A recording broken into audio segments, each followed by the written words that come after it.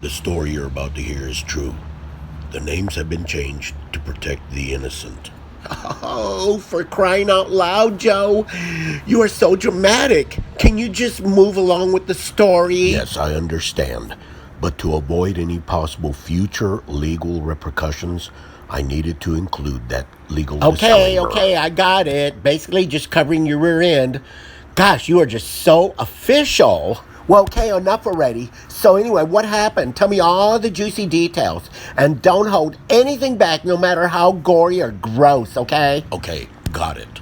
On approximately September of 1972, I was working bunco out of Corpus Christi. My partner was Frank Cannon, and the boss, Andy Taylor. Local farmers and ranchers were being overwhelmed by the vast numbers of wild, feral hogs. You mean pigs? These hogs were very destructive and caused millions of dollars in damages to crops and farm. So why did the authorities get So as involved? it turned out, the State Department of Agriculture was offering bounties for every wild hog that a farmer or rancher Okay, bagged. so what was wrong with that? Was it like a bad idea or something? Well, actually, it turned out to be a pretty good idea, but they were only paying $10 a hog.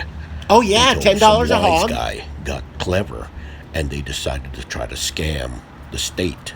So then how did you come into it? So my department, the Bunko Squad, and the Sheriff's Department, our department was notified by the state agency that pays out those bounties when they noticed about some suspicious activity. It turns out two brothers were bringing in excessive amount of bounties to claim, and it also turns out a third brother works for the agency. And they believe that this third brother was also releasing the hogs in the middle of the night instead of scheduling these hogs for euthanasia. Well, that's crazy. How come they didn't want them dead? Why'd they want them Well, in the alive? beginning, no one saw this kind of scheme coming, and the vets did want to examine them too for different diseases. So how did y'all set them up? How kind of a sting did y'all Okay, do? so every hog that was brought in was secretly photographed without the third brother's knowledge to record any different markings. Okay, this is getting too complicated. So what does this 1950 Chevy station wagon have to do with anything? It's all full of bullet holes. This vehicle was used by the three Huey brothers, Louie, Dewey, and Chewy, as they tried to make a getaway. They tried to elude capture. With approximately 10 hogs in tow, they were shooting back at state troopers, and here's where it finally ended.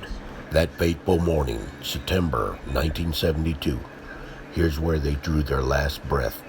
The Huey brothers, Chewy, Louie, and Dewey. What about the little pig? And also the lives of 10 unknown feral hogs who selfishly gave of themselves so that other hogs may not suffer the same fate. Oh gosh, Joe, I didn't know you were such a sensitive man.